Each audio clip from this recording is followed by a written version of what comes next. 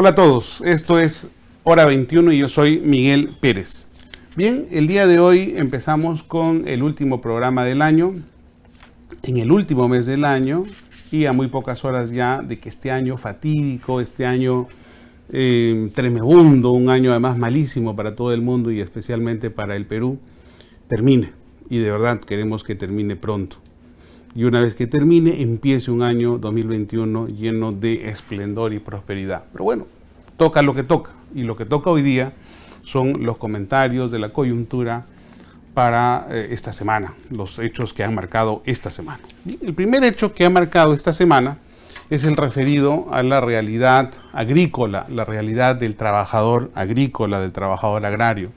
Básicamente un trabajador temporero. Y hay que entender el concepto de lo que es un trabajador temporero.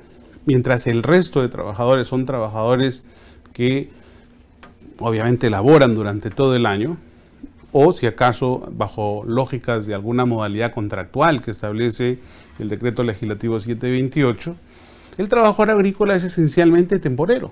¿Temporero qué significa? Que va a trabajar por temporadas. Temporadas de cosecha, temporadas de cultivo, temporadas de lo que signifique la labor agrícola. Son estacionarios, por tanto. Esos trabajadores saben bien, han estado en huelga durante bastante tiempo, han hecho toma de carreteras en el norte, en el sur, etcétera, y han movilizado no solamente situaciones de urgencia y de violencia en las carreteras, sino también incluso han muerto personas producto de estas marchas y este tipo de reclamos que de manera una u otra se han producido a lo largo de todo el país. Bien, estos trabajadores exigían que se apruebe una ley, el Congreso no lo estaba aprobando, recién el día de hoy lo hizo finalmente, con sus perfecciones o imperfecciones. Hay que entender ciertamente, y hay que tenerlo claro, que lo perfecto no es o es enemigo de lo bueno. Entonces no hay que buscar nunca la perfección, hay que buscar la solución, y esa solución parece haberse dado el día de hoy. Sin embargo, la realidad del trabajador agrícola obviamente es una realidad que subsiste en términos de urgencia, en términos de apoyo social permanente y de comprensión permanente por parte del empresariado. Lo que no se puede ver es un empresariado rebosante de prosperidad, un empresariado absolutamente opulento desde la perspectiva de las ganancias y las utilidades que tienen permanentemente por el fenómeno de la agroexportación, y un trabajador agrícola que gana pues obviamente cantidades ínfimas, cuya jornada laboral empieza a las 4 de la mañana, termina trabajando hasta las 4 o 5 de la tarde, con muy pocos beneficios, etcétera, etcétera. Y lo que hay que hacer en ese sentido, lo que había que hacer era un equilibrio entre empresa y un equilibrio entre necesidades laborales. El Ejecutivo podía haber hecho algo mucho más rápido, que es lo que normalmente pasa en este tipo de cuestiones, en cuestiones técnicas, y es pedir facultades legislativas para aprobarlo vía decreto legislativo. No lo hizo. El Congreso se enmarcó en una lucha de argumentos, de posiciones ideológicas y de partidos, que hizo que esta discusión se sometiera a más tiempo del debido y lo razonable, y como reitero, el día de hoy se ha dado solución. Bueno, o sea, una solución, digamos, temporal, y vamos a ver qué sigue pasando en los próximos días, porque obviamente, como reitero, el trabajador agrícola merece siempre una atención especial. No olvidemos, desde los 7 ensayos de Mariátegui, que el problema de la tierra y el problema del agro es un problema que subsiste desde toda la vida. Incluso fue motivo de la reforma agraria, justamente producto del tema de la tierra y el tema agrícola. Por tanto, es un problema que no debemos nunca perder de vista, porque obviamente va a traer consecuencias negativas si eso ocurre.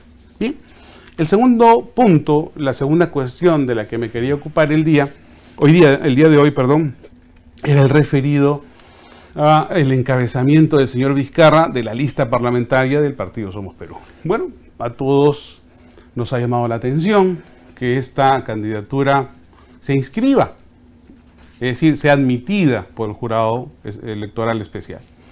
Y digo que nos ha llamado la atención porque días previos ocurrió algo que creo yo desde el punto de vista legal tenía que ocurrir, que es la exclusión de Sagasti, del presidente Sagasti, de la plancha presidencial que postulaba el Partido Morado. Y el argumento era claro. Sagasti había puesto en su currículum que la última ocupación que tenía, y de momento incluso lo hacía hasta la actualidad, era ser presidente de la República. Y aquí, ¿a qué puesto postulaba? Segundo vicepresidente de la República. Era claro, desde esta perspectiva, que él no podía hacer esta suerte de dupleta. Y lo que hizo el jurado especial, con buen criterio, es excluirlo, inadmitir su candidatura. Ahora, el hecho de que se inadmita su candidatura significa ciertamente que la plancha presidencial es incompleta.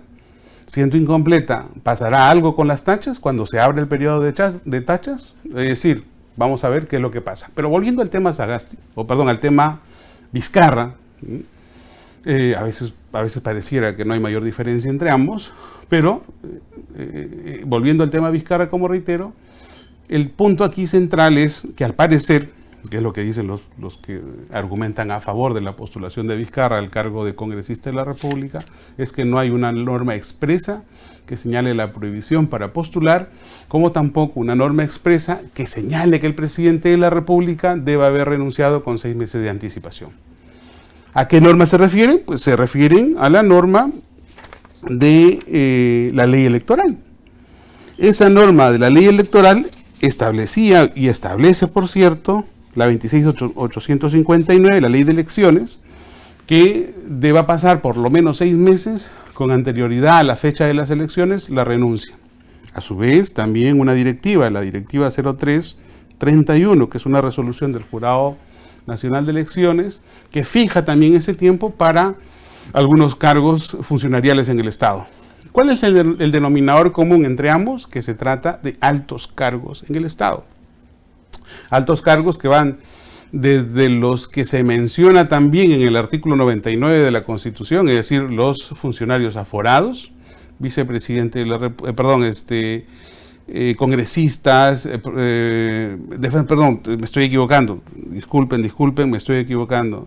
Los que son los que están dentro de este artículo 99 son los altos cargos ciertamente, pero que son el defensor del pueblo, por ejemplo, el presidente de la SBS, por ejemplo, ministro de Estado, por ejemplo, y que obviamente dentro de este denominador común también lo completa el Jurado Nacional de Elecciones con esta resolución, con los alcaldes, con los gobernadores regionales, los vicegobernadores regionales. Entonces, ¿cuál es la razón? ¿Cuál es el denominador común? ¿Cuál es el sustrato normativo para ello?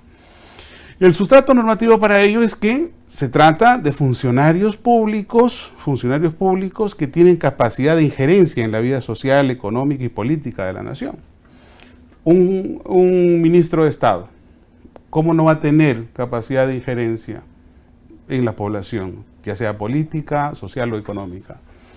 El defensor del pueblo, ¿cómo no lo va a tener? ¿Cómo no va a tener un alcalde, un gobernador, un vicegobernador, etcétera, etcétera? Pero claro, nadie se ocupó del presidente de la República, efectivamente, porque a nadie se le ocurrió que el presidente de la República quisiera ser de manera inmediata congresista de la República. Entre otras cosas, porque el presidente de la República, una vez terminado su mandato, mantiene todos los beneficios de ser congresista de la República. Esto es, tiene el mismo sueldo que un congresista de la República, tiene sus asesores en el Congreso de la República con un despacho especial, como si fuera una suerte de congresista vitalicio, y no hay mayor diferencia que la de un congresista en actividad de por vida, es decir, hasta el día que se muera. Pero ¿cuál es el único beneficio que no tiene? El de la inmunidad. Sospechosamente, el señor Vizcarra siempre dice que él se quiere bajar la inmunidad. Pero claro, el Congreso de la República hace unos días también aprobó la norma referida a la inmunidad, a la baja de la inmunidad, a la eliminación de la inmunidad parlamentaria. Ciertamente, falta una votación en la siguiente legislatura ordinaria, pero todo parece indicar que se va a aprobar también en esa segunda legislatura o en esa siguiente legislatura que empieza en unos días. Bien. Pero hay una cosa que ni siquiera esta norma, una vez aprobada en segunda legislatura, le quita al presidente o a los congresistas, que es la inmunidad de la detención, la inmunidad de arresto. Todo lo demás sí, efectivamente lo ha perdido porque fue a ser procesado por la Corte Suprema, eso sí, pero le mantiene la inmunidad de arresto. ¿Qué le preocupa a Vizcarra en los últimos días? Él está siendo procesado por muchos delitos. Ciertamente no le preocupa que lo investiguen, porque ya está siendo investigado.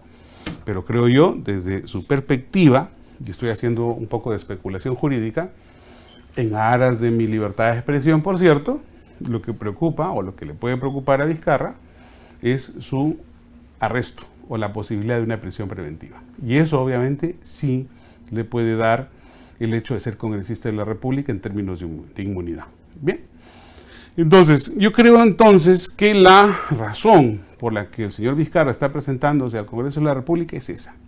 Ahora, ¿puede presentarse? Yo mantengo y sigo sosteniendo que no puede presentarse, que su candidatura debe ser excluida dentro de lo que significa el periodo de tachas. Ciertamente la excongresista Jenny Vilcatoma, a quien ciertamente nadie la ve con buenos ojos, no cae bien a muchos, pero en este tema creo que hay que separar la paja del trigo. Es decir, ella hizo una interpretación muy parecida a la que hizo el jurado especial con el tema Sagasti y propuso la inadmisión de su nombre como parte de esta lista parlamentaria.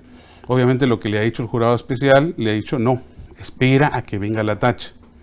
Y creo que hoy día vencía o mañana vence el periodo de tachas para su postulación, y una vez que venza, el jurado tendrá que pronunciarse. El problema, y es que en el Perú siempre nos encantan los problemas, es que para hacer una tacha ante la inscripción de una persona que está en una lista parlamentaria es la tasa, entonces de 4.500 soles. Pero bueno, imaginémonos que la ha pagado, imaginémonos que ha presentado su tacha y la resolución que tenga que expedir el jurado especial creo debe ir por ahí. Esto es, no hacer analogía, porque efectivamente no hay una norma específica que diga lo contrario, pero sí hacer interpretación extensiva.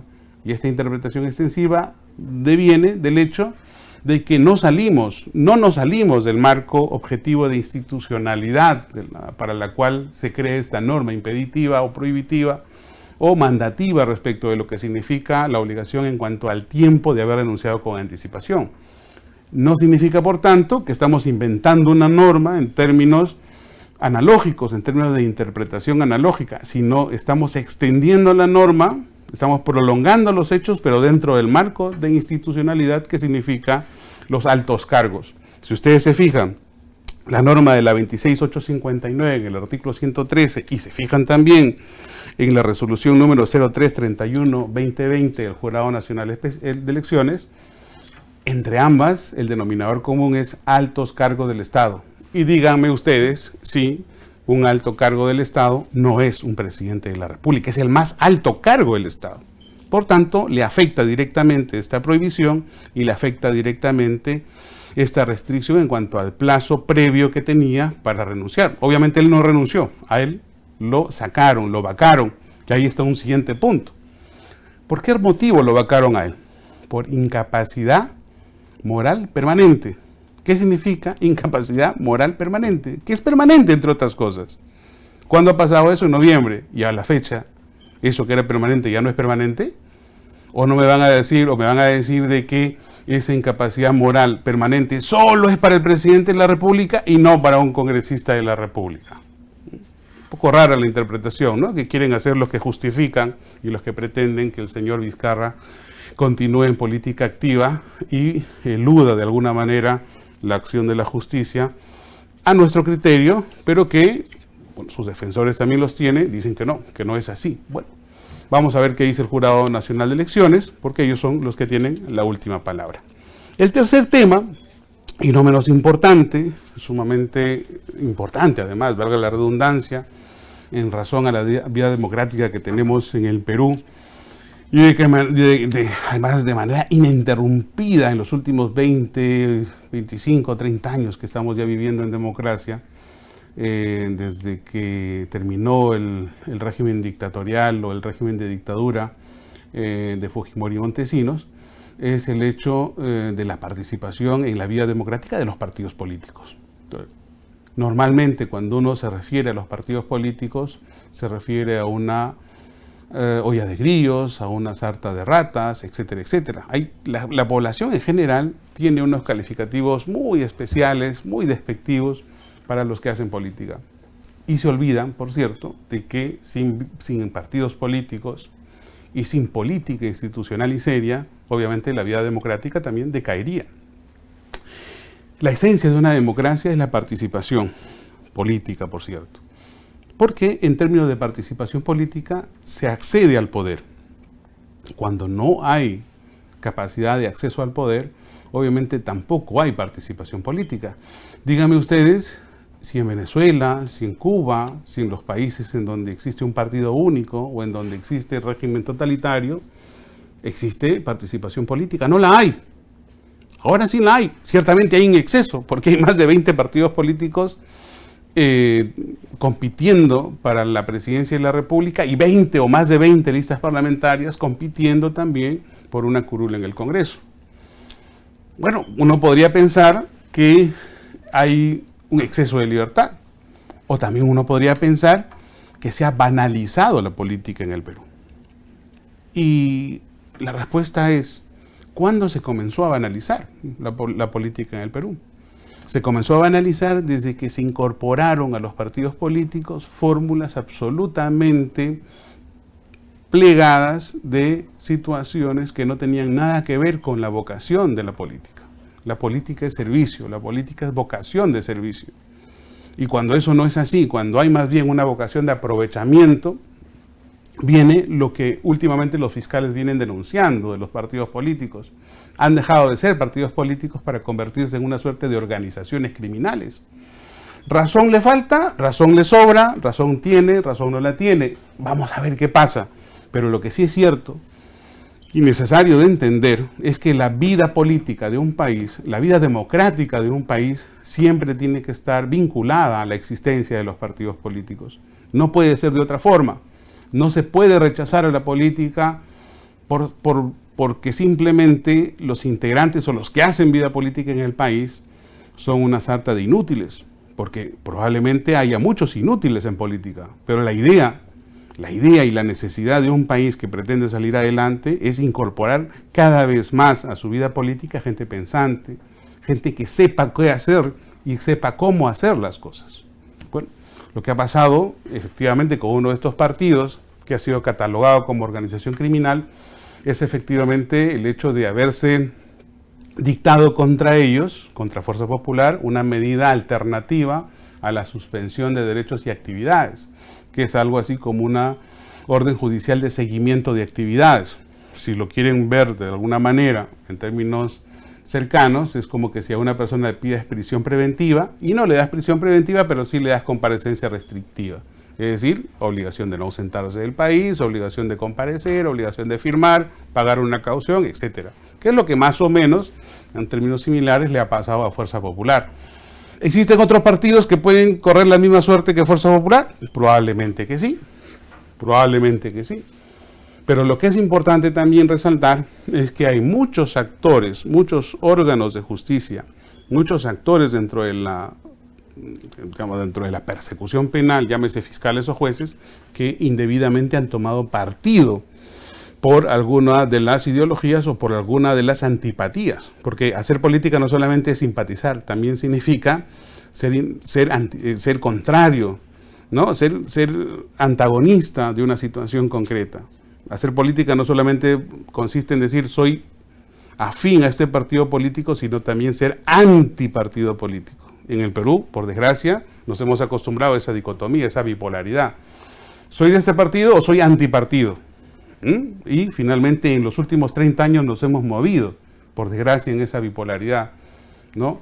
Y no me quiero referir, sino, por ejemplo, a ser fujimorista, antifujimorista, ser de izquierda o ser comunista o anticomunista, o ser de derecha o antiderecha, etc. Pareciera que todo se mueve solamente de color negro o de color blanco, y eso no es así. Entonces, el punto que me queda por comentar, y ya para ir terminando esta sección, es que no se debe hacer política de la justicia, ni se debe hacer justicia de la política, es decir, no se debe politizar la justicia, ni judicializar la política. Cada uno de los dos espacios tienen reglas diferentes. La regla de la política es la conveniencia, y la regla del derecho es la rectitud. El arte, entonces, ¿no? El arte está en procurar un punto medio entre lo recto y lo conveniente. Esa Ese es el verdadero sentido de la política, el punto medio entre lo recto y lo conveniente. Y eso es a lo que debemos apuntar todos, como parte de esta sociedad, como miembros de esta sociedad y como instituciones abocadas y con la misión de ejercer control político, control jurisdiccional de la política y obviamente procurar el bien común. En eso estamos, en eso está el Poder Judicial, en eso está la Fiscalía, y la única invocación final que me correspondería hacer en este sentido es que el juez está vinculado a la imparcialidad y el fiscal a la objetividad. Cada petición que haga un fiscal en el ámbito político tiene que medir no solamente el hecho de la rectitud de su pedido, es decir, yo hago el pedido de prisión porque tengo la facultad de hacer, sino porque también, desde una perspectiva más allá de lo jurídico, puede ser conveniente desde una lógica de impacto social. Y eso no quiere decir que a una persona se le va a exculpar, al contrario, lo que quiere decir es que una persona tiene que enfrentar un proceso con todas las garantías. De hecho, las garantías que se establecen para las personas son reglas políticas de convivencia. Acuérdense ustedes cómo es que nace esto de los derechos, cómo es que nacen esto de las libertades, sino por una revolución, la Revolución Francesa, que dio de sí a la Declaración Universal de los Derechos Humanos, que dio de sí la Segunda Guerra Mundial, a la Declaración Universal también, la Declaración Universal de los Derechos del Hombre y del Ciudadano en la Revolución Francesa, y luego en la Segunda Guerra Mundial a la Declaración Universal de los Derechos Humanos. Entonces son situaciones diferentes, pero que por conflictos determinados dieron de sí a reconocimientos universales de derechos. Por tanto, el reconocimiento de derechos, el reconocimiento de garantías son reglas políticas de convivencia. A eso es a lo que me refiero con esta lógica de objetividad e imparcialidad. Entonces, a la pregunta que me hacían algunas personas en este sentido, ¿se ha criminalizado la política? Yo creo que no. Yo creo que la política no se ha criminalizado. Lo que se ha hecho es probablemente en algunos espacios abusar del derecho, abusar de las facultades que tienen algunos órganos de persecución penal para inmiscuirse en temas políticos y a partir de ello tratar, a partir de ciertos apegos doctrinarios, ideológicos o los que fueren, a atacar a algunos partidos políticos, pero que en definitiva lo que se tiene que buscar es atacar a las personas que conforman estos partidos políticos y que han cometido delitos. Esas personas tienen que irse presas, finalmente.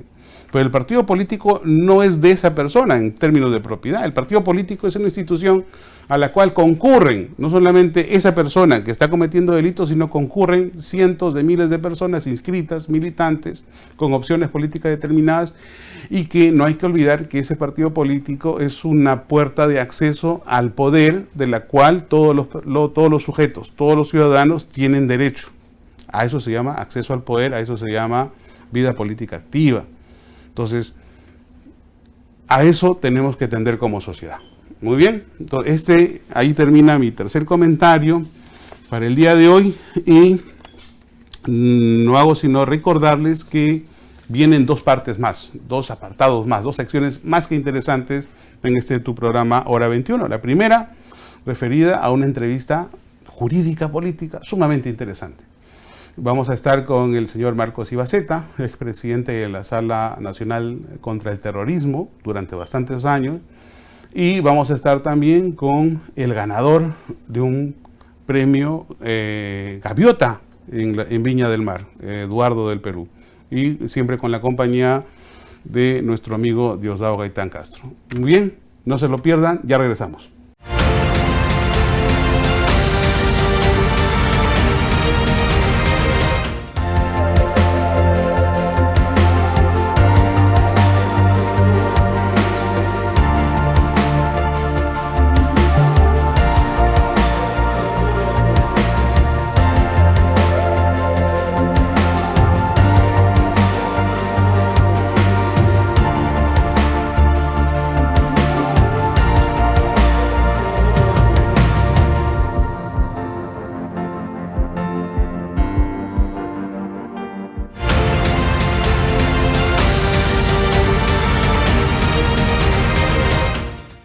Hola a todos, estamos de regreso en tu programa Hora 21. El día de hoy tenemos la visita de un destacado jurista nacional, ex magistrado del Poder Judicial, y que ahora se lanza a la política como candidato al Congreso de la República, y obviamente abrazando temas que estamos seguros son de su interés, en beneficio, por cierto, de la colectividad, en beneficio del Perú. Demos la bienvenida al doctor Marcos Ibaceta.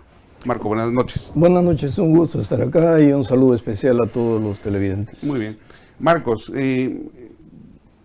has llegado a lo más alto del Poder Judicial, 29 años de carrera judicial, tanto como presidente de la Corte de Lima, como de lo que en su momento fue la Sala Penal Nacional o la Sala Nacional abocada a temas de terrorismo. Cuéntanos un poco la experiencia, qué casos viste, cuál fue tu, digamos, tu balance de lo que significó tu experiencia judicial. A ver, el concepto de haber llegado más alto es relativo, pero sí llegamos a un punto alto en relación con la población, porque yo ingreso como juez civil y empiezo a analizar toda la estructura del Poder Judicial, el rol del sistema de justicia, las interacciones, y llego a la convicción como juez que el problema no era tanto el desarrollo de la función jurisdiccional en la resolución de conflictos, sino la administración de recursos. Entonces no teníamos una buena relación entre planta y trabajo, y por más capacitado que sea un juez, y esto desmiente a los que dicen que lo peorcito va al sistema de justicia, no. Hay mucha gente inteligentísima que conoce, capaz. Y yo le decía siempre, es como traer un superingeniero de Alemania, experto en autopartes de los mejores coches, y lo pongamos en un taller de La Victoria. Eso es exactamente lo que sucedía y sucede en el sistema de justicia.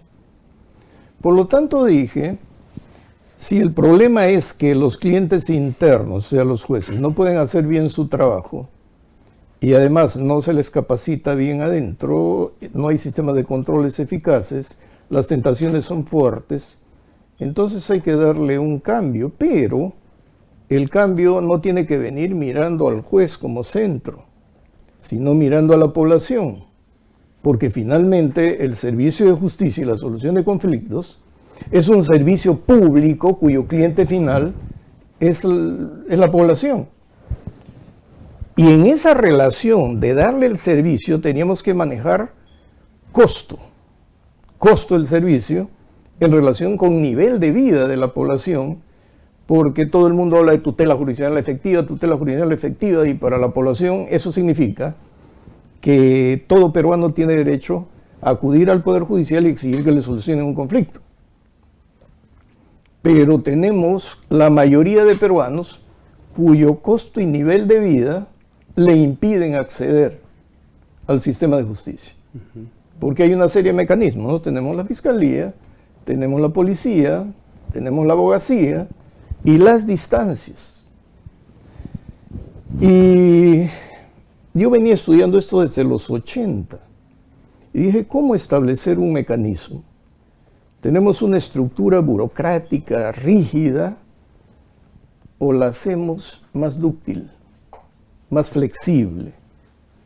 Y allí comenzó a germinar la idea de crear distritos judiciales, pero en función de geografías uniformes. Porque además la geografía marca tu idiosincrasia. Y entonces la idiosincrasia, ¿qué cosa es? La percepción de valor, la percepción del mundo, tu interpretación de los hechos, la valoración ética y considerar lo que es bueno, lo que es malo, lo que es admisible, algo así como el jurado, ¿no? En el sistema anglosajón. Y en el 90 se me designó representante de los jueces ante la Comisión de Reforma de la Ley Orgánica del Poder Judicial, y ahí participé mucho, con muchísima gente que ahora conocemos, inclusive el doctor Urbiola estaba ahí, el constitucionalista Quiroga, que estaba Javier Valle Riestra, en fin, todos los sectores en una comisión. Y entonces fui colocando mis ideas porque me metí en la comisión de redacción. Y esa ley orgánica del Poder Judicial es una maravilla, sino que no saben aplicarla. Pero como yo me la conocía de memoria, cuando mis colegas me proponen ya, en el 95, postular a la presidencia de la Corte de Lima, el sistema de justicia del Poder Judicial estaba presionado porque tenían que obtener resultados en una reforma de justicia. Y no era porque lo pidiera el régimen de Fujimori, sino era una política que venía de Naciones Unidas. Con el tema de la globalización, entonces Naciones Unidas quería reformas judiciales para después uniformar sistemas y criterios para que la justicia de cada país sea tan confiable, y entonces las inversiones de todo el mundo vienen y se podían solucionar los conflictos, lo que no se logró. Por eso es que el arbitraje surge como alternativa, y ahora vemos que también está en crisis el arbitraje, ¿no? En realidad toda la administración de justicia permanentemente es utilizada como bandera política a propósito de una reforma integral de la administración de justicia, por el tema de la legitimidad o delegitimación que tiene frente a la población. Y lo has dicho muy interesantemente además, porque efectivamente hay un cliente interno que es el juez, pero hay un cliente principal y esencial que es la población, que quiere además un servicio de administración de justicia que al parecer, a pesar de una reforma y otra, a pesar de los años y a pesar de que probablemente el Estado peruano ahora tenga más logística, más infraestructura y más dinero por todo lo que ha significado el crecimiento económico del país, no ha logrado que esa administración de justicia sea la más eficiente, ¿verdad? Sí, pero no se logra porque siempre el peor enemigo de una reforma es la Corte Suprema. Ajá. Yo estaba en el sistema de control en el 95, cuando decidimos en la Corte Superior de Lima irnos a una huelga, así, aunque le llamen una paralización, una huelga blanca. Huelga blanca. Era huelga, pues. Sí. No, y estaba con el fallecido doctor Justi en control.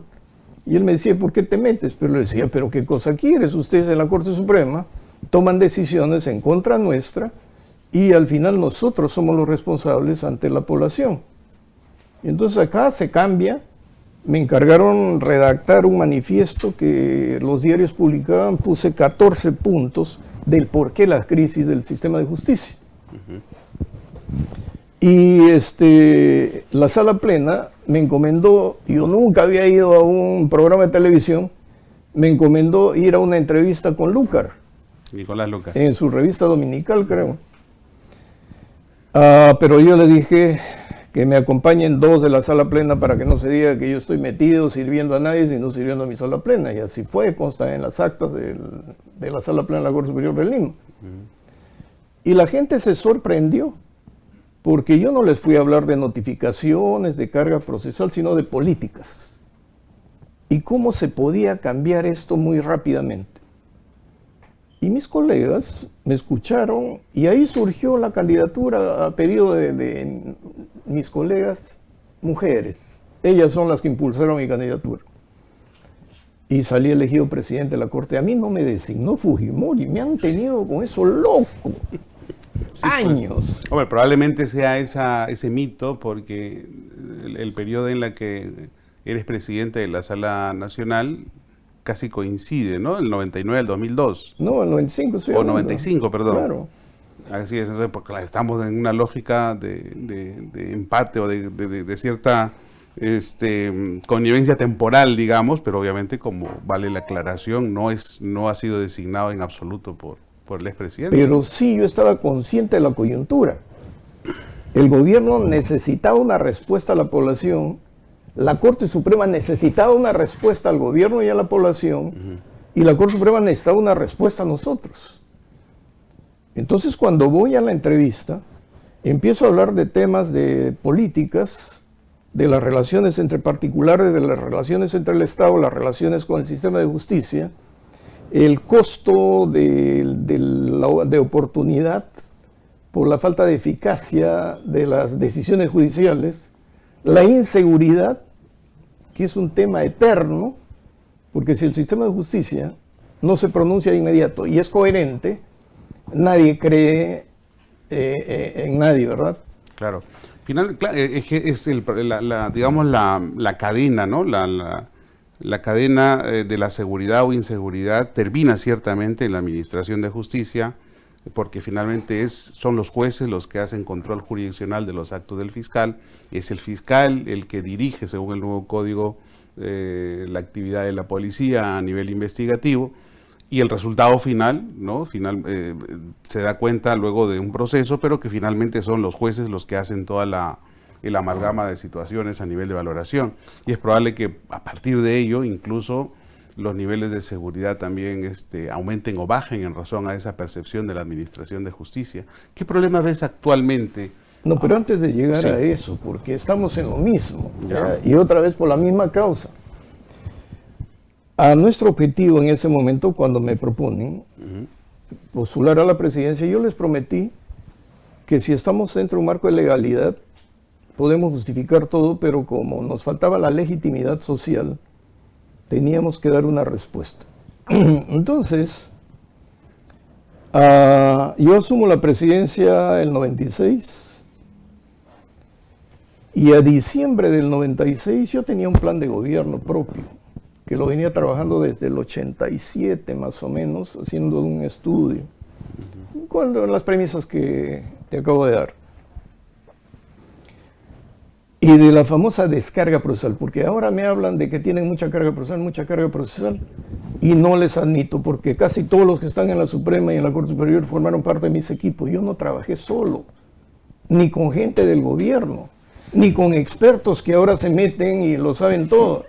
Yo formé equipos de magistrados, tenía magistrados laborales, penales, de familia, menores, y empezamos a propiciar cambios y cambios y cambios. Y como la Suprema tenía necesidad de dar respuestas, me autorizaban. Pero como se había presupuestado montos no muy altos, porque utilizamos el presupuesto del Poder Judicial y un 50% de ese presupuesto para reforma. Primer tema, le dije, cambiemos el Palacio de Justicia y destuburicemos. Lo destuburizamos en 3 meses. Después vamos a establecer una carga razonable, la descarga procesal 0, ahí se inventó ese tema. A diciembre del 96, la carga procesal era mínima. Ahí surgieron los juzgados corporativos, la modernización con el sistema informático, el juzgamiento en cárceles, la construcción de módulos en cárcel, la justicia itinerante, con la creación de distritos judiciales, separando áreas geográficas, es decir, y que el juez se mueva hacia la población, cosa que después apliqué cuando fui presidente de la Sala de Terrorismo y Bandas. El juzgamiento de los más grandes delincuentes, no en Lima, sino todo el mundo se movía a Yanamayo, a Chayapalca, al penal de Ayacucho, al penal de Huánuco, todo el mundo tenía que moverse. Salvo que teníamos una rémora ahí con la sala encargada de narcotráfico, porque no sé qué hacían, pero no era nuestra competencia, era competencia de la Corte Suprema, no podíamos meternos tanto ahí. Claro. Entonces, tanto llegó el tema de legitimidad, que a diciembre yo fui el que impulsó y propuso este tema de reos libres, reos en cárcel. Ah, interesante. Todo, teníamos especialidad en civil de las salas para procesos ejecutivos, que después se deriva a juzgados comerciales, para procesos abreviados, procesos en cárcel. Se me autorizó constituir la sala tributaria, la sala contencioso administrativa y la sala constitucional. O sea, digamos, lo que me estás diciendo, Marcos, es que los abogados en particular, tal y como conocemos actualmente la Administración de Justicia, tiene su génesis en tu gestión. Todo lo que tienen es lo que yo he dejado. Pero con el Perú no se reconoce, yo tampoco he querido escribir nada, porque una vez escribí un pedacito, vino una ONG y hizo un libro de eso sin preguntarme nada. Ya. Y sin mencionarme. Entonces, pero el plan general lo tengo en mi cerebro. Lo que ocurre... No, y esta es no es una primicia, porque obviamente ya lo conocían algunas personas que probablemente no lo han querido difundir, pero digamos que es una aclaración, una aclaración histórica lo que estás haciendo el día de hoy, y además en este programa de corte político, de corte jurídico, para que obviamente el mundo entero sepa que efectivamente todas estas grandes reformas, y tal y como conocemos la Administración de Justicia, ha venido de tu gestión. Eso es Sí, interesante saber. pero en lo social, una vez yo estaba desayunando y llegaron, esto fue el 96, y el BID, llegaron representantes del BID, y me dicen, quieren hablar con usted. Yo dejé mi desayuno, o ellos se acercaron, si mal no recuerdo, y me dicen, ¿y qué quiere hacer usted para la base social? Ah, le dije, en una servilleta les hice el diseño de los módulos básicos de justicia. Y el plan inicial fue ella, después se han divorciado.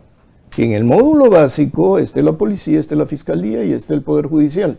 Corporativa, en una estructura corporativa, ¿no? Sí, en una estructura corporativa para que estén los pueblos más alejados y que esos pueblos tengan doble instancia, donde tengan justicia de paz letrada y tengan el juez especializado civil, penal o juez mixto.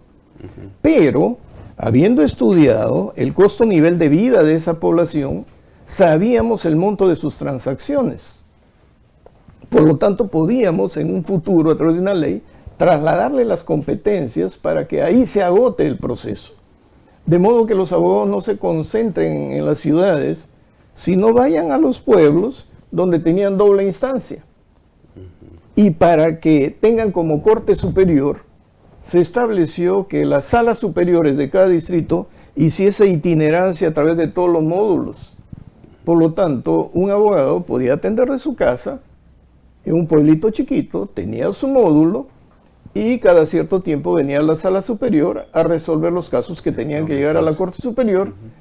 El costo no disminuía. Obviamente. Un abogado no tenía que pagar oficina, no tenía que pagar empleados, no tenía que pagar movilidad.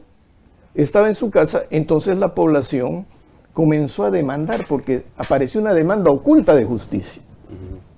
Pero el sistema demoró y no reaccionó porque esta era una concepción dinámica. Conforme vaya apareciendo una mayor demanda de justicia, se tiene que construir más módulos básicos de justicia. Y eso hay que proyectarlo y tiene que ser una respuesta muy, muy rápida, porque entonces la población se anima y empezó hasta a integrarse las comunidades campesinas que tenían su sistema propio, le ponían su módulo cerca a su comunidad y empezaban a ir al módulo, porque nuestro objetivo era que la población del interior del país, especialmente los comuneros, abandonados por el Estado, empezaran a creer en su sistema de justicia. Y ese es un problema que siempre hemos tenido como Estado, ¿no? O sea, es decir, el Estado no llega a todas partes y la justicia menos. O sea, si el Estado no llega a todas partes, si el Estado es un ente ausente en lo que significa toda la geografía nacional, finalmente la justicia es la que menos llega, porque la justicia siempre también ha sido un poco, digamos, abandonada desde el punto de vista del presupuesto, lo comentabas de un inicio, ¿verdad? Ahora, si bien es cierto, todo eso ha mejorado, porque existen ya los módulos básicos de justicia, existe toda esta demarcación, se han creado más cortes superiores en Lima, existe Lima Este, Lima Sur, Lima Norte, Lima Centro, en el Callao, ya no solamente es Callao, ahora también es Ventanilla, etcétera, etcétera. Es decir, toda una lógica mucho más ramificada, mucho más cercana, si acaso, desde la perspectiva tuya. ¿Qué queda por hacer? O sea, ¿cuáles son, digamos, los mecanismos para que la justicia se sienta más cercana al pueblo? Te lo digo porque escuchábamos hace poco a un candidato a la presidencia decir de que había que hacer jurados. ¿Es posible hacer jurados en el Perú? Es complicado, es complicado. Cuando yo he hablado de una concepción dinámica y una estructura flexible, móvil, ágil, me estaba refiriendo a que todo el crecimiento debe estar dentro de un plan de expansión y de controles. Eso abarata costos de inversión porque estandarizas toda la proyección. Pero lo que se ha hecho es crear todo lo que tú dices después, pero con una concepción burocrática, rígida, que te genera altísimos costos. Cuando tenemos infraestructura, no podemos multiplicar por 12 para 12 jueces, sino que lo que vale para uno, valga para los 12. Acuérdate del holding, ¿no? Sí, claro. Acuérdate del holding, eso es lo que hicimos. Pero no, ahora es para cada uno, no alcanza la plata para eso ni para... No hay tela para tanto vestido. Y lo otro es que para construir esto hay que pelearse mucho, y ahí se frustra mi carrera, con la gente de adentro. Todo el mundo ahora habla que el juzgamiento de reos en cárcel, en las cárceles, qué bonito, el Poder Judicial se va, pero están saturadas las salas y no hay un plan de desarrollo. Pero para que los jueces acepten ir, yo tuve que enfrentarme a una sala plena, furiosa. Me decían, tú nos crees camioneros, nos vamos a llenar de arena, estás atentando contra la majestad de la justicia. Y yo, desde la presidencia, como estaba convencido, ¿por qué? Porque yo le decía, en el penal, ¿qué porcentaje de tuberculosos tenemos? ¿Cuál es la causa de los tuberculosos? Los traen a las 4 de la mañana, los despiertan, los apalean, no les dan desayuno, los meten al sótano del Palacio de Justicia. ¿A qué hora llegan los del primer turno magistrado hasta la 1? 8, 9. ¿A qué hora los suben de coordinación? A las 11. ¿Y qué hacen hasta la 1? Los suben, le preguntan su nombre, 2, 3 cositas y otra vez vuelta. Esos no almuerzan, porque si quieren almorzar, el que lleve el almuerzo se encuentra con 3, 4 vigilantes que le piden almuerzo para ellos y almuerzo para el otro. Y la gente no tiene plata. Y ellos no regresan a la 1, regresan a las 11 de la noche, no han comido. ¿Quién está propiciando el incremento de la tuberculosis y la corrupción que hay acá?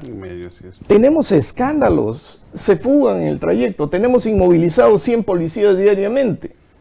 El costo para el INPE.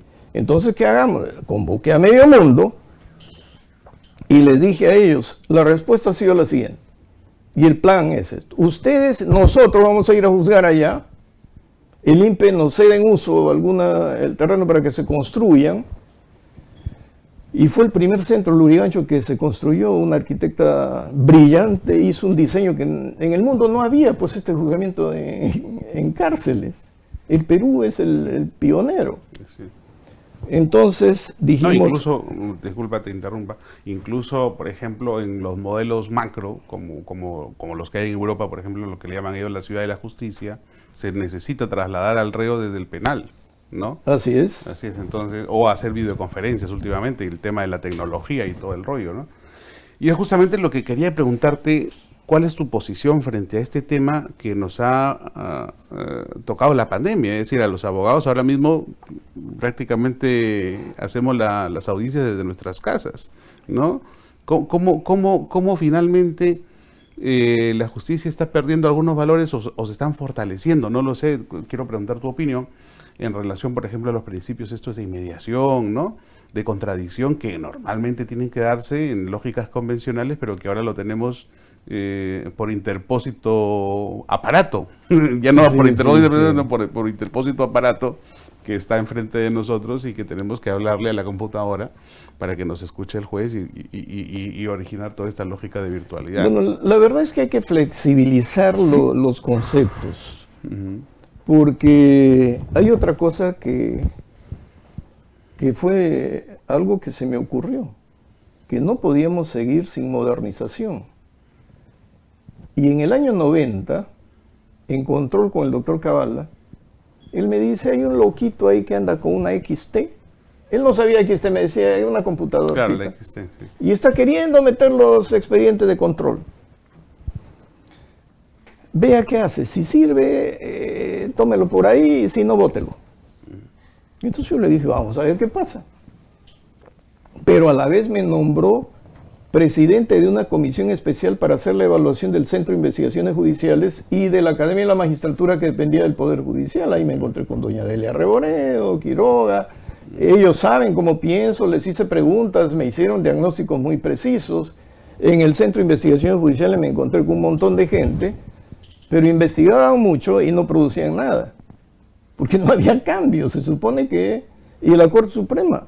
Yo recuerdo una anécdota en que la directora me dijo, para tomar decisiones, yo tengo que organizar los almuerzos acá para que vengan los 4 vocales supremos que tienen a su cargo esto y me firmen las actas. El gancho era el almuerzo. El gancho, con mozos y con cubiertos. O sea, yo lo puedo decir, si ella quiere contarlo, lo cuenta más. Estoy hablando de la doctora Delia Reboreo. En esos niveles, por eso digo que la Corte Suprema no avanza. Ahora, yo empiezo a desarrollar desde la información, con la información que iba recibiendo de ambos lados, y me encuentro también con otra tarea. Me nombraron presidente de una comisión especial para investigar al Registro Central de Condenas.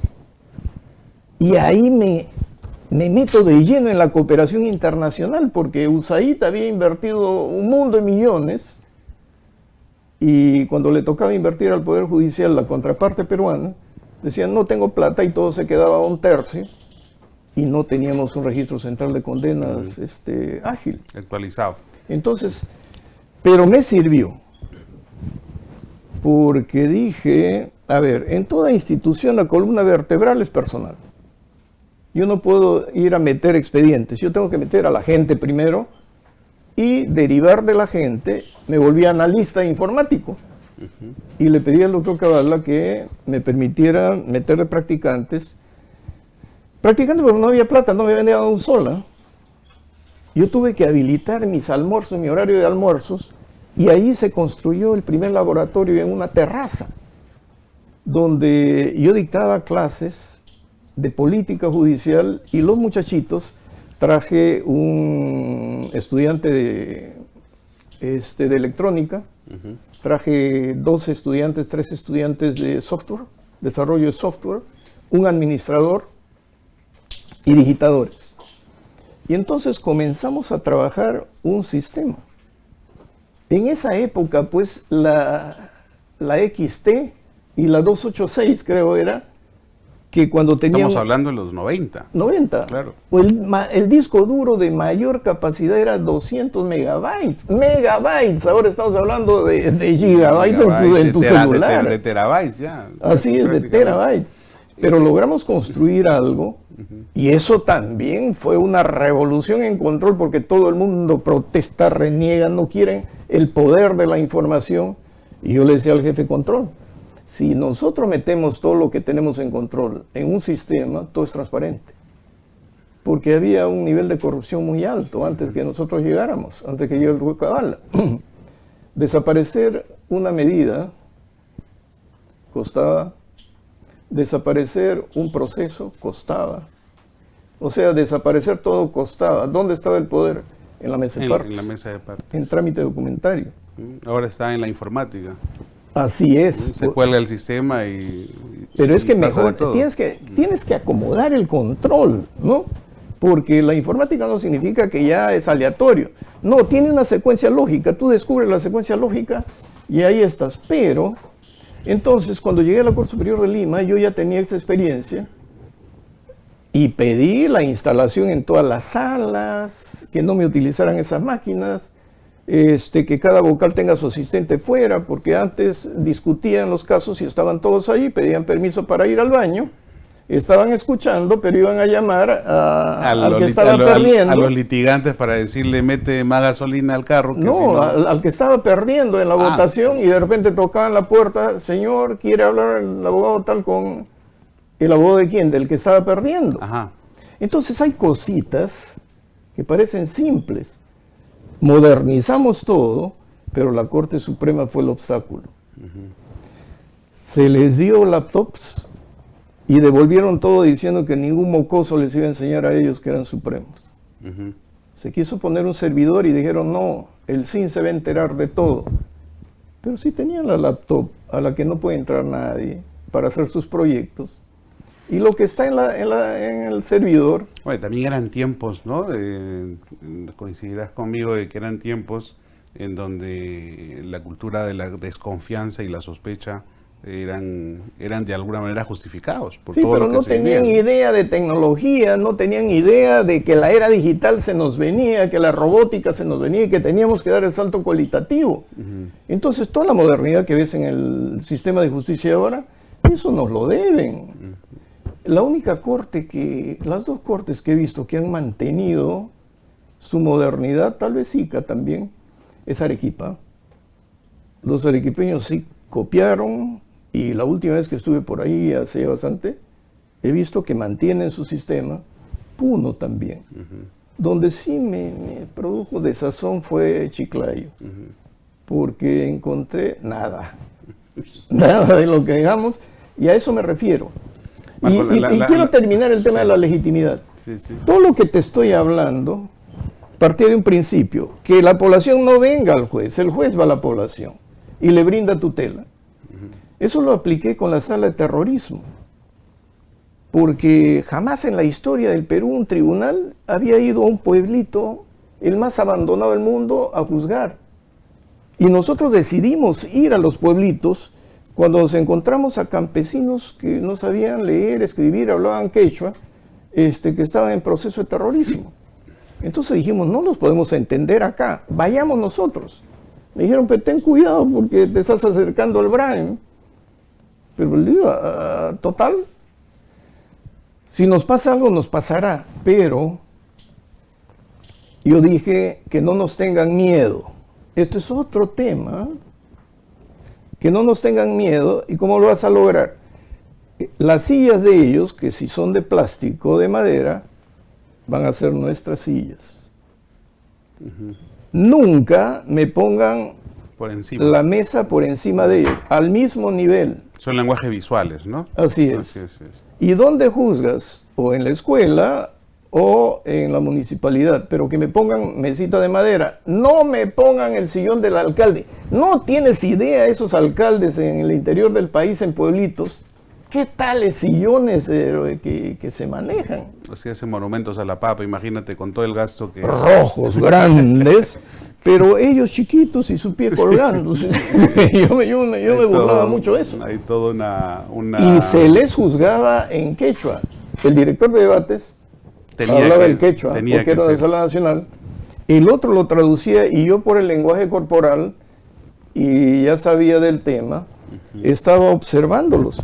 Y la gente cambia. Casi es. Y entonces fuimos a Sandia, fuimos a Chalhuanca, a Andahuaylas, Talavera está cerca de Andahuaylas, pero la experiencia más interesante fue Pacucha, ¿no? La laguna de Pacucha, porque en las alturas fue que murió Edith Lagos, y bajaban muchos campesinos.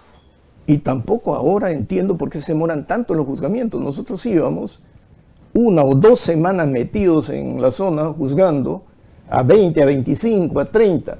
Pero antes de irnos, ya conocíamos el expediente al detalle y en nuestros fallos mencionábamos cada una de las incidencias que tenían lugar en ese lugar. Eso es interesante lo que acaba de decir, ya conocían el expediente antes de ir a la audiencia. Es que lo que pasa es que ahora se ha metido una moda de decir de que si conoces el expediente antes de la audiencia, te estás contaminando. Es un tema, pues perdona el término, pues una estupidez, porque obviamente es de qué vas a juzgar o de qué vas a conocer si antes no estás con el expediente ya abierto, ¿no? No, eso es un absurdo. Tú tienes que conocer el expediente porque ya se han dado las contradicciones y hay una teoría del caso, hay una hipótesis de cada uno. Así es. Por lo tanto, cuando tú enfrentas ya el juzgamiento, ves cómo van desarrollando sus hipótesis y vas comprendiendo más rápidamente. Y como ya tienes el índice de medios probatorios y las declaraciones, toda la glosa. Se coteja, de modo que una sentencia se nos iba en una noche, no dormíamos, pero resolvíamos la situación de 30 a 40. Sí, sí.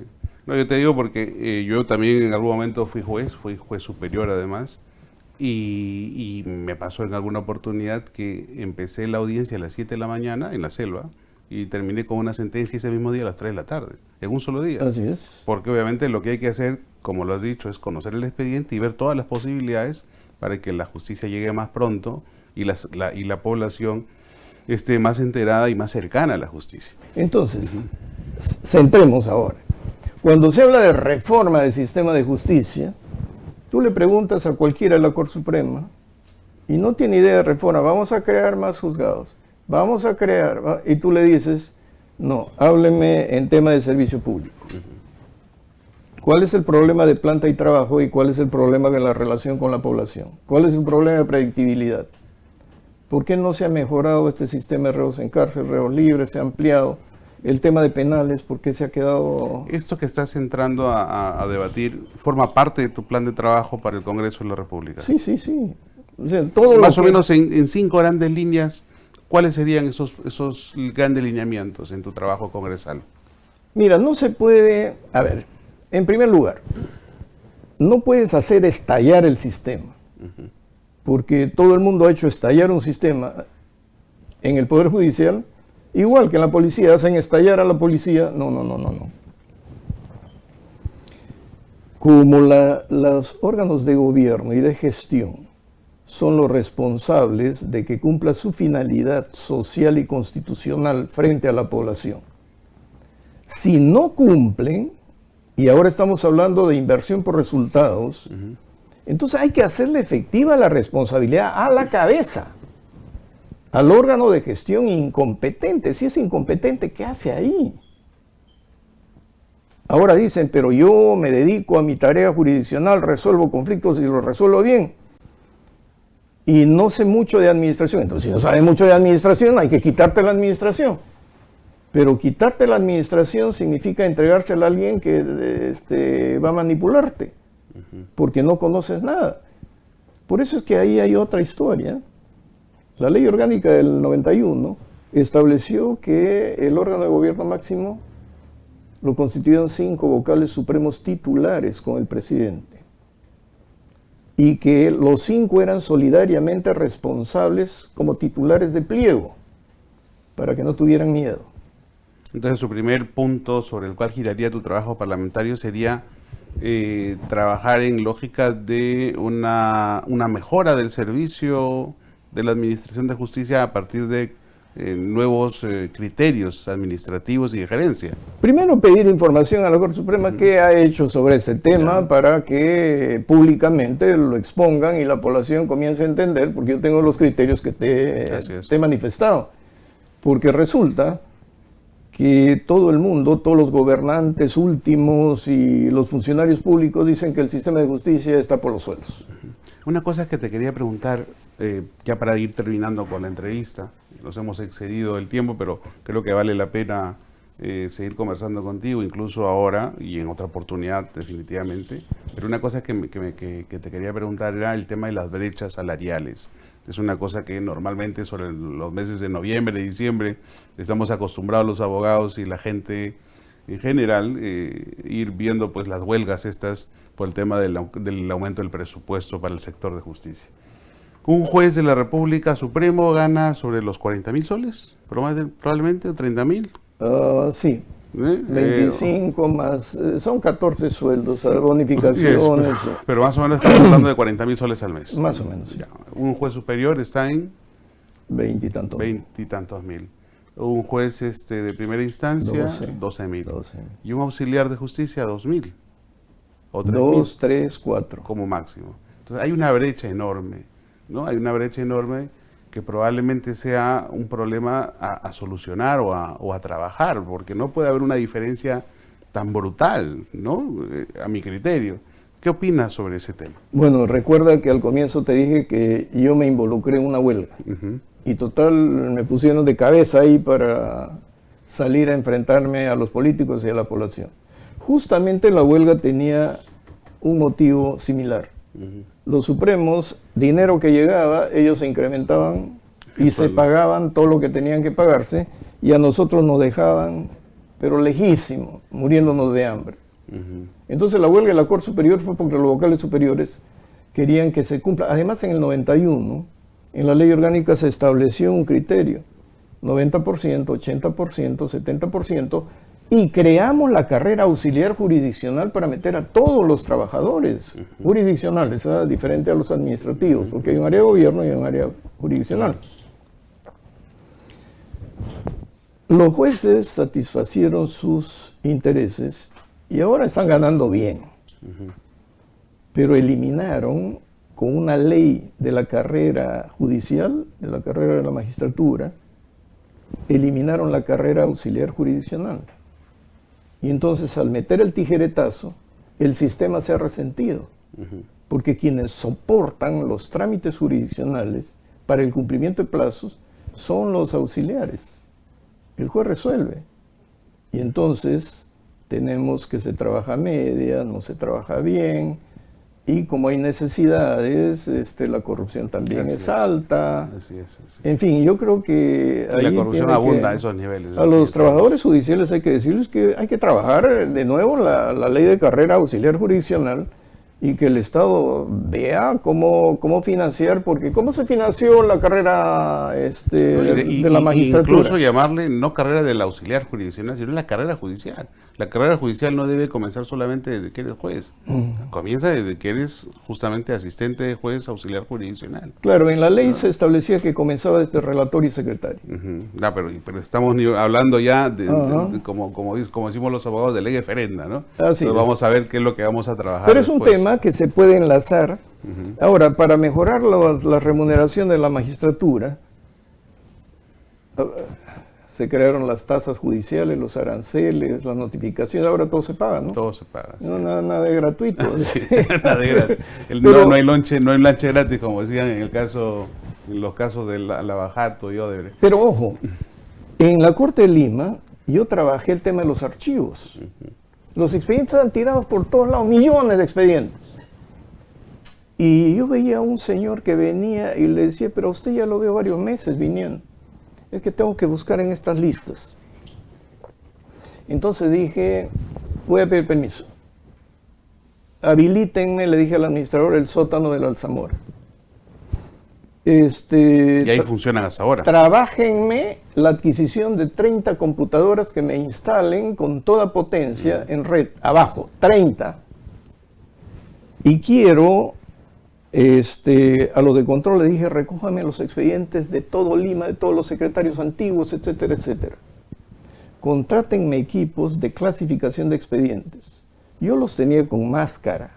Les daba su vaso de leche para que la humedad no les haga daño, el polvo. Trabajando en 3 turnos, en 3 turnos, llegamos a clasificar 2,5 millones de expedientes. Wow. Y después dije, ellos paran, disminuyan, ahora quiero 3 turnos de input, que metan las hojas de clasificación al sistema. En 10 segundos el sistema te daba una respuesta. Ahora, ¿cuánta gente iba? Nombré auxiliares jurisdiccionales porque pedían copias certificadas, qué sé yo, para no saturar a los otros. Ese auxiliar jurisdiccional era el que despachaba con el juez sin molestarlo, sin cargarlo. Entonces, porque el auxiliar puede firmar resolución de mero trámite. Pero la gente que iba, antes gastaba meses, pasaje, cobrándole 50 soles. En esa época creo que les cobraban 13 soles. Por la búsqueda del expediente. Por la búsqueda. Cuando yo converso con los de la gerencia que no se metían conmigo, porque ellos no tenían ninguna idea de nada, y después quitaron todo eso. Lo que ingresaba en la Corte de Lima con ese sistema, cubría los gastos ordinarios de la Corte de Lima por un mes. Y en vez de impulsarlo, ahora tenemos saturado y con 2 computadoras. O sea, no hay criterios para financiamientos. Interesante. Sabemos entonces, Marco, ya por lo que nos has comentado, por dónde va a ir tu trabajo congresal. ¿Ya tienes número en la lista congresal? Bueno, estamos postulando, todavía no se reconoce la... Bueno, pues ya se escribió ayer, ¿no? Sí, estaba postulando con el 17 en Podemos. Y quiero explicar por qué Podemos. Yo nunca he aceptado participar en política o con algún partido, porque siempre me han tildado de todo. Pero en las circunstancias actuales necesitamos un liderazgo como el que tiene Urresti. Así es. Porque no podemos andarnos por las ramas. Este país se endereza o se endereza. ¿No? Pero respetando, ¿no? Así es. Respetando, pero con alguien que tome decisiones y que aterrice, porque todos hablan ahí, los caviares, los izquierdistas y los muy ilustrados, hablan bien, escriben bien, pero no saben construir. Para construir tienes que ensuciarte los zapatos. Así es. Ensuciarte los zapatos y las manos, ¿no? Así Y es, obviamente correr con todos los peligros que significa una apuesta por solucionar problemas tan graves y tan de larga data, ¿no? Y tener la fortaleza para enfrentar a todos los que te critican, porque todos son sabios cuando están al otro lado. Todos son generales después de la guerra. No, antes de la guerra. Y ni siquiera han peleado una sola batalla. Opositores así. Muy bien, ha sido el día de hoy Marcos Ibaceta, gran jurista, gran ex magistrado del Poder Judicial, y nos ha ilustrado definitivamente por los caminos que ha recorrido en la Administración de Justicia, y creo los abogados debemos estar enterados de que la Administración de Justicia, tal y como la conocemos, se debe en gran parte al trabajo de Marcos cuando fue presidente de la Corte de Lima y de la Sala Nacional. Muy bien, Marcos, tus palabras finales. Bueno, muchas gracias por la entrevista y decirle a la población lo siguiente. Cuando pensamos en los módulos básicos, yo dije que el sistema de justicia, el que tiene el sistema de justicia lo tiene todo como Estado. El sistema de justicia jala a la fiscalía, jala a la policía, jala a los abogados, jala al presupuesto, jala al ejecutivo y al legislativo. Es decir, el sistema de justicia, conforme se mueve, jala la estructura del Estado y la focaliza. Entonces ya no se trata de un servicio público de sistema de justicia, se trata de un servicio del Estado y que toda la población tenga presente la presencia del Estado allí donde vive y donde trabaja. Así es. Esa es la idea. Así es. Muy bien, la presencia del Estado entonces y la Administración de Justicia. Y será un tema además que quiero compartir contigo más adelante, si acaso en el mes de enero, a efectos ya de debatir, por ejemplo, el tema de la Administración de Justicia y la seguridad ciudadana y todo el impacto que tiene ambos con el desarrollo de un país. Porque obviamente no hay desarrollo sin estabilidad, y la estabilidad la da precisamente la predictibilidad que nos debe aportar una Administración de Justicia seria y coherente. Por eso es la finalidad del derecho. El derecho es el que garantiza la coexistencia pacífica para lograr los objetivos de cada quien, ¿no? Muy bien. Bueno. Ok, muy amables todos. Gracias. Volvemos entonces con más en su programa Hora 21.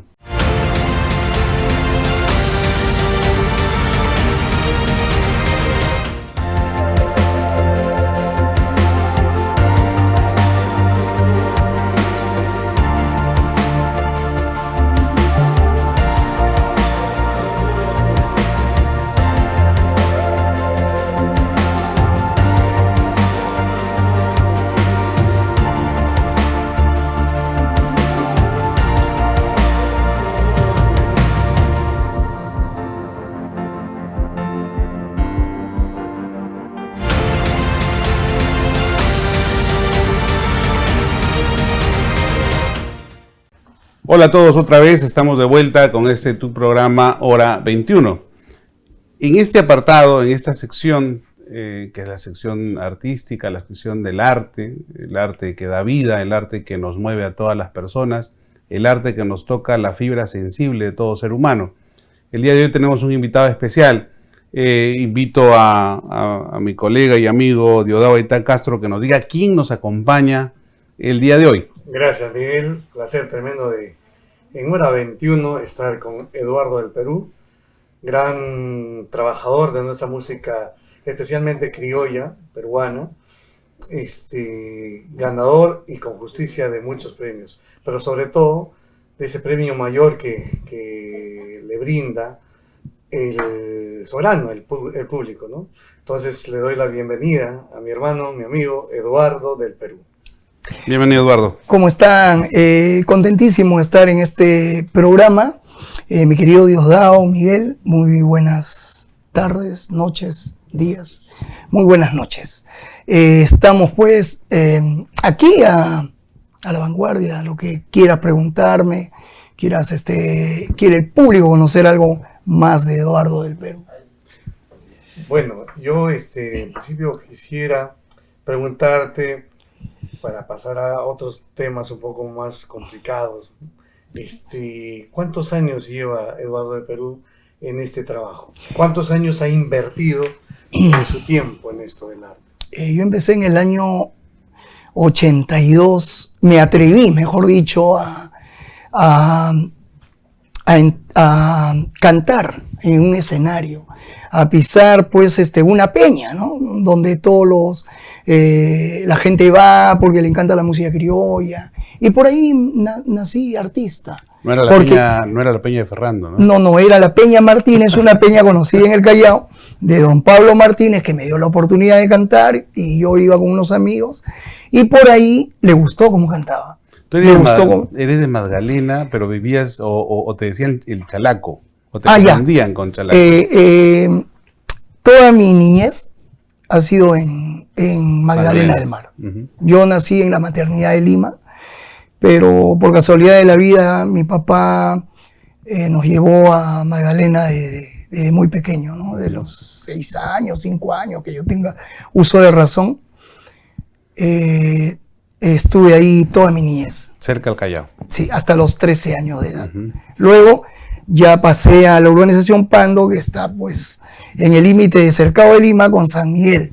Siempre he estado cerca al Callao. Me quedaba cerca al Callao para poder ir a una peña, pues, porque en ese tiempo el Callao estaba muy de moda y habían muchas peñas por ahí. Lo digo porque, claro, el Callao es un puerto. Yo viví en el Callao, luego de llegar de la sierra, igual como Diosdado, que fuimos inmigrantes de la sierra a Lima. Viví en Comas un tiempo, luego viví en el Callao y conozco el Callao, es mi segunda casa, vamos, el Callao. Y claro, en el Callao, como dices tú, se respiraba y se respira hasta ahora criollismo, ¿no? Claro, la salsa y la música criolla. Así es, y salsa sobre todo. Y claro, dentro de la lógica de la música criolla, tú comenzaste entonces en el Callao, en estas peñas que había en el Callao. ¿Dónde quedaba esta peña que comentas? En la avenida San Espeña. San Espeña. En la avenida San Espeña. Por ahí me escucharon otra peña que se llama Mi Perú, que estaba a espaldas de San Espeña, Girón Moctezuma, era la calle, hasta ahora me acuerdo. Canté ahí, luego me llamaron a otra peña que eran de los hermanos Cortés, que se llamaba La Furia Porteña. Y también ahí conocí grandes artistas, ahí conocí ahí me codié ya con Sambo Cabero, Marisa Rodríguez, sí, con los romanceros criollos. Pasado todos estos años, ¿cuál es el balance respecto a tu participación artísticamente? Bueno, me cambia la vida en el año 2002, cuando yo gano el Festival Internacional de la Canción de Viña del Mar, y a partir de ahí ya tenía que hacer una carrera un poco más pronunciada, se podría decir, porque ya tenía el nombre, ¿no? Eduardo del Perú, que quedó marcado para todos los peruanos, ¿no? Que fue el que ganó en aquel año 2002 la Gaviota de Plata. Desde ahí ya tuve que hacer un trabajo discográfico, se podría decir, porque ya teníamos desaparecidas las disqueras, ¿no te acuerdas? Diosdadito, que yo mismo tuve que producir mis discos, el primer disco, el segundo, el tercero, y así, con la ayuda de mis grandes amigos. Fue ahí que conocí yo aquellos años te conocí, pues, Diosdadito, y con el apoyo tuyo en ese primer disco, que pues me lleva, pues, ¿no? a otro sitial, ¿no? Sí, yo creo que era la idea de alguna manera volcar los conocimientos y la experiencia adquirida, porque no es fácil eres parte de mi formación ahí. Hacer música en Perú, y yo vi puro talento, ¿no?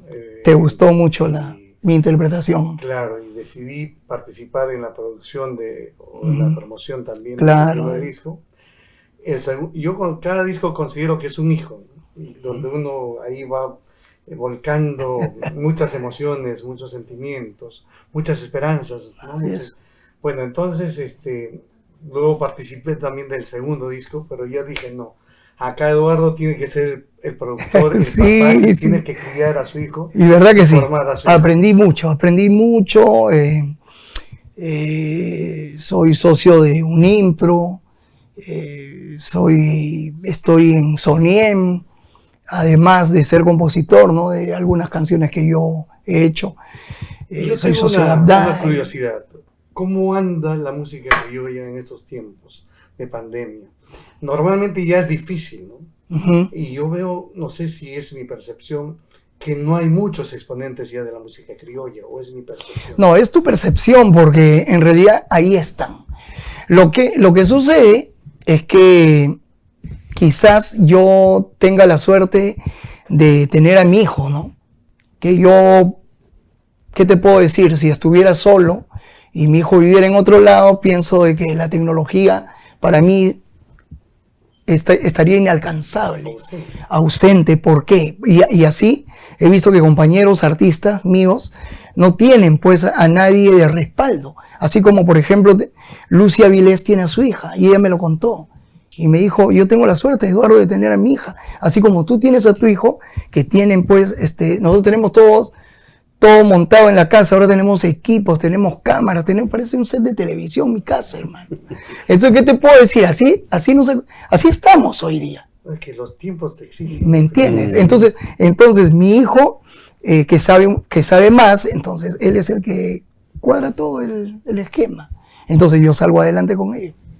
Se puede decir entonces que la pandemia nos ha reinventado. Claro, nos ha reinventado algunos, otros están todavía de a pocos tratando de buscar de repente un sitial, un lugar en donde poder hacer su transmisión en vivo, qué sé yo, ¿no? Una pregunta que quería hacerte, Eduardo, es tan monstruosa la Quinta de Vergara, como dicen? El monstruo de la Quinta de Vergara cuando hablan de... ¿Ah? El público es el monstruo. ¿Ya? Toda la vida, ¿no? El monstruo de la Quinta Vergara. Sí. No, es que yo me pongo a pensar, de verdad, déjame decirte, mi querido... Está pensando en otra cosa, ¿verdad? Sí, él está... No sé, ese apellido te preocupa. Se han puesto de acuerdo. Me están boicoteando. No, pero yo me ponía a pensar mientras él estaba ganando la respuesta, que había que tener bastante agallas para pararse frente a ese público, que no es tan dócil, más bien es un tanto hostil. Es un público muy difícil, sí, muy eso difícil. Sí. Y luego, pero incluso con el peso y la responsabilidad, porque no es una palabra Callao, Lima, Ayacucho, no, es la palabra mayor, Perú. Perú, ¿no? Así es. Es ponerse la camiseta. Y enfrentarse a ese público debe ser bien complicado, pero tú cuéntalo. Ya me lo habían dicho, me lo habían manifestado. ¿Qué pasaba por tu cabeza en ese momento? En esos tiempos, yo conocí muchos años a don Luis Almeida Magallanes, un periodista de espectáculos muy renombrado. Don Lucho Almeida me aconsejó muchísimo. Él me dijo, Eduardo, yo creo que tú lo primero que tienes que hacer es hablar con Homero. Y verdad que sí, yo hablé con él. Y Homero me manifestó que en su tiempo era más difícil todavía. Porque si aquí está el escenario, ahí nomás a menos de 1 metro está el público. Y si te va a pifiar el público, pues, teniéndolo tan cerca, ¿no? O de repente tú estás con el micro y estás escuchando todo lo que te puedan decir. Y los insultos, cualquier cosa que te puedan decir, hermano. Pero no, cuando yo llegué a un escenario renovado, nuevo, con el jurado a una distancia, el público estaba muy atrás, pero igualito pifiaron. Ya no era tan monstruoso. Ya no era tan monstruoso, pues, porque en realidad yo he llegado ahí y se me fueron todos los nervios. Era increíble porque yo en cada festival siempre me sudaban las manos, estaba un poco preocupado, caminaba para allá, para acá, porque yo iba a participar, pero esta vez no sé, estuve tan natural que... ¿No fue un escenario difícil entonces? No, para mí no lo fue.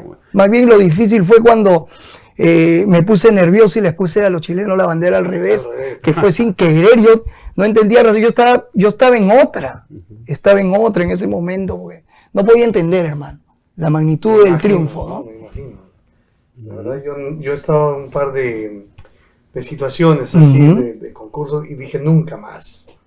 Es bien complicado. O sea, te tienes que enfrentar al jurado, los nervios, etcétera. Sí. Y más aún con la historia y todo lo que pasa entre Perú y Chile.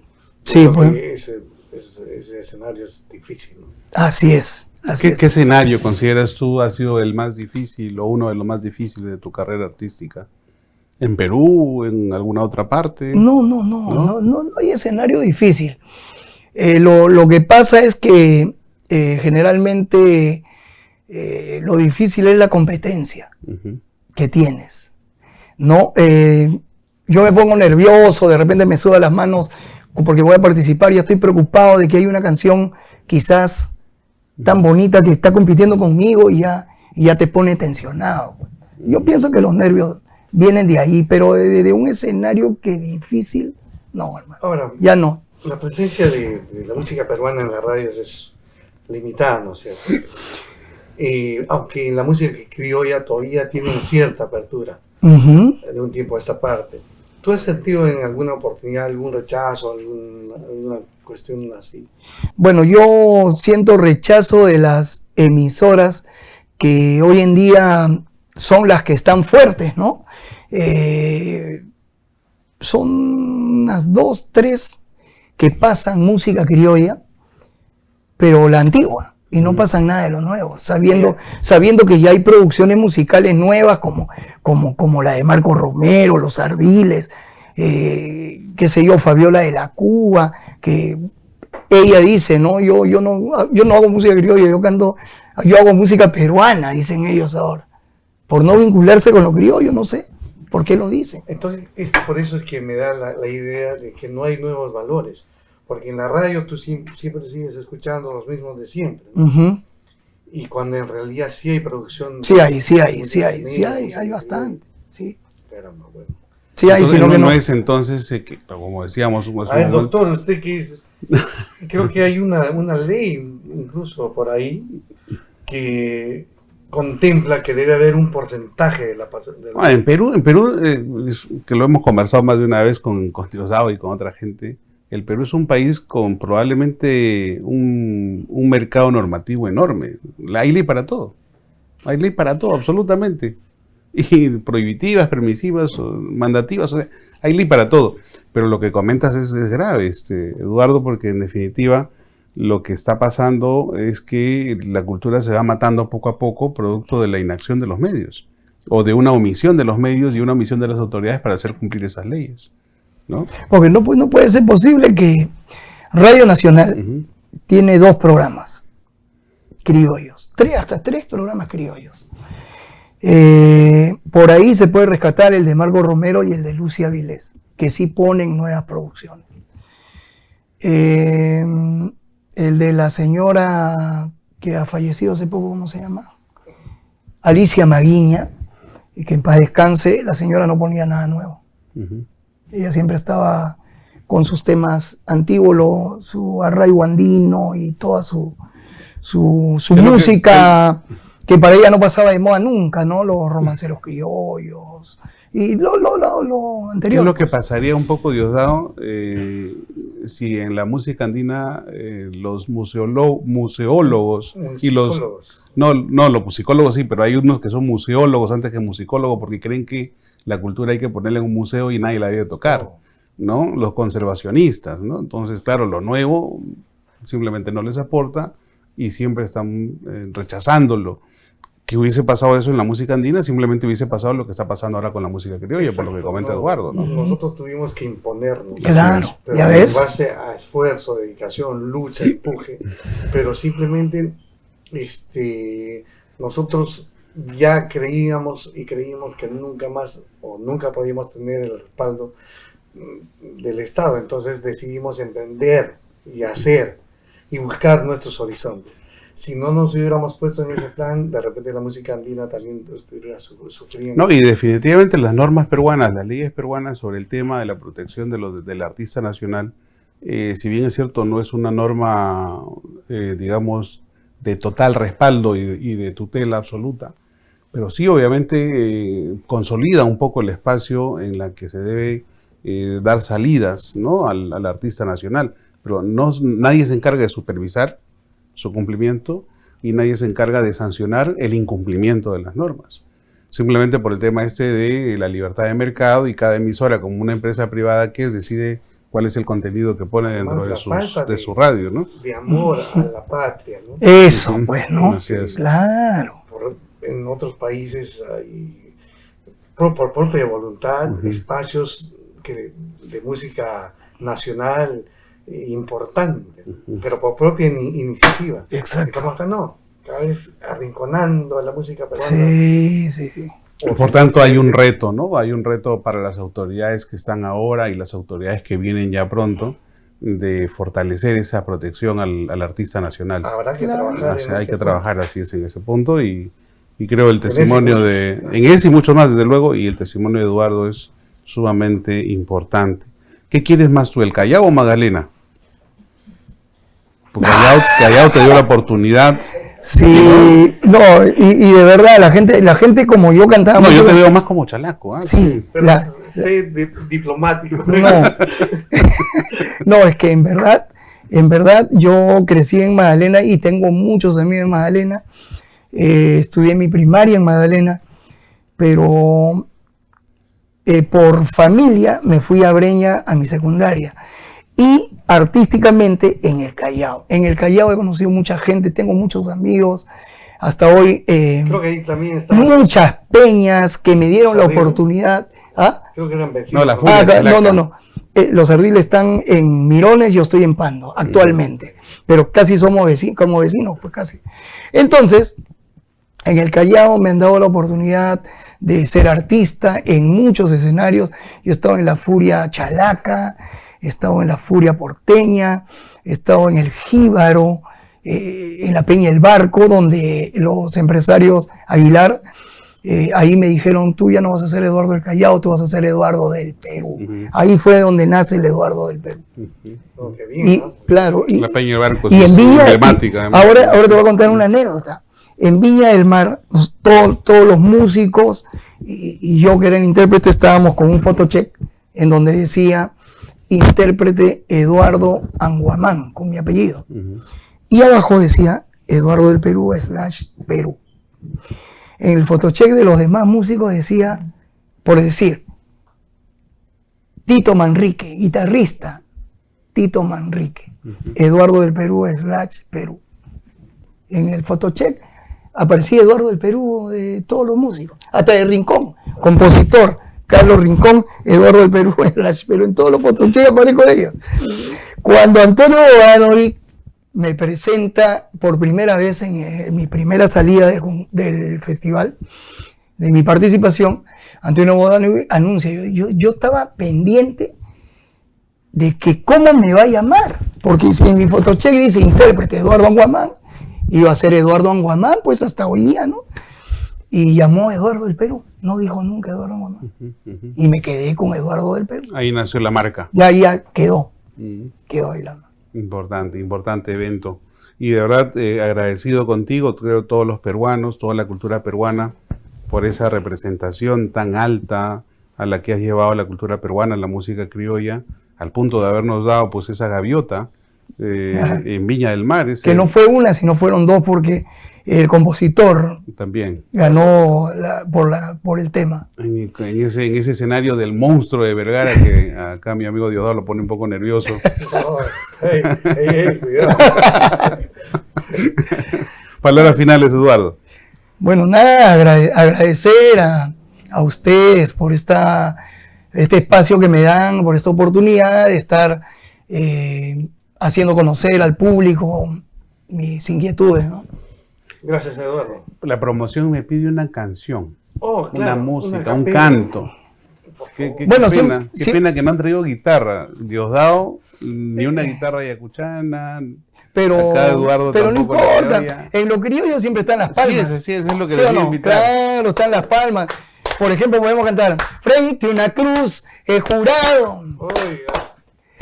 no frecuentar más tu calle, pero lo más importante es que he jurado no besarte ni amarte. Ah, Aunque es un pedacito. pues. Claro que sí. Ahora, si quieres Hay un una versecito hay una conocido, canción. ya eso te va a costar. No, doctor, no. Bueno. hay una canción que escuché de chico en el Callao, ahí en los barrios, San Peña. y Del tal. barrio Callao. Esa que decía de aquel que jamás ha besado una morena. Aquel que jamás ha besado una morena, no sabe qué gusto tiene la canela.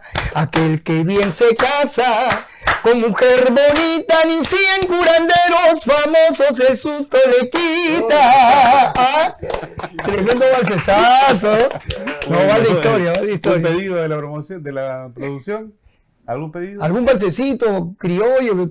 Yo quiero que escuche la imagen del alma que te imitadora como una aventura que nadie goza. Eso sí, ¿no? Sí, ¿Ya ves? sí. Tu nombre quedará grabado para ser dichoso con tu falso amor. Yo quiero que escuche la imagen del alma que te imitadora como una aventura que nadie ha gozado. Tu nombre quedará grabado para ser dichoso por tu falso. A ver, ustedes. ¿Ya ves? No, siempre hay que hacerlo al revés para que el público. Yo quiero que. Y ahí Sí, se queda. sí, yo quiero que. Qué bueno. Bien, esa picardía me es muy familiar, es una picardía chalaca. Ah, sí, es picardía criolla. Eduardo del Callao, del Perú, perdón, pero sobre todo del Callao. Muy amable, Eduardo, por Gracias tu a ti, visita. Miguel, gracias a Diosdadito. Encantado con tu presencia y nada, Diosdado, tus... Simplemente a seguir. Sé que los tiempos son muy complicados, pero ahí estamos para darle frente a esta dura lucha por la pasión que le tenemos a este canto nuestro. Frente a una cruz. El jurado. Un abrazo, mi querido. Bueno, si Gracias, me permites hermano. unas palabras finales, Eduardo Diosdado. Yo no soy artista, desde luego, pero amo al arte y me gusta. Además, bueno, yo en la universidad formé parte del elenco de música y danza de la Universidad Católica. Fui uno de los fundadores Mira. del CENDUC. Más hacia danza, definitivamente. Pero la reflexión que quería hacer yo es que creo en un momento determinado ya tendremos que dejarnos de llamar o folclóricos, o andinos, o criollos. Música peruana, A ¿verdad? secas, música peruana. Música peruana. Mejor. Creo que es el reto que deben apuntar. Porque la música peruana abarca todo ya. Así es, Claro. ¿no? Música peruana.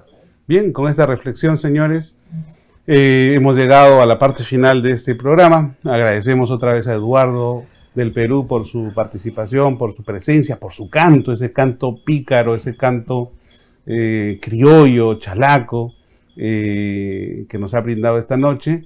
Y anunciar dos cositas finales. La primera es que la próxima semana este programa ya no se llama Hora 21, ahora se llama 11, no, 11-21, pero perdón. tenemos que decirlo así, 11-21. Entonces, ¿Cómo? Repitamos entonces, en vivo. 11. 21. Así se va a llamar. Y de hecho, ese será el nombre a partir de la próxima semana, por motivos que ya... Tú eres 21 y yo soy 11. Obviamente, 11-21. Así es. Bien, y lo segundo que quería decir, y participarte, Eduardo, también para futuras invitaciones en 11-21, el Ok. nuevo programa, es desearte a ti y desearte a ti también, Diosdado, y desear a todos los espectadores de este programa un feliz año 2021. No se puede decir feliz año 11-21, ¿no? 2021. Porque claro, definitivamente estamos entrando ya al nuevo año y ya estamos despidiéndonos de este año. Así que feliz año para todos ustedes. Nos vemos la próxima semana. Feliz año. Feliz año.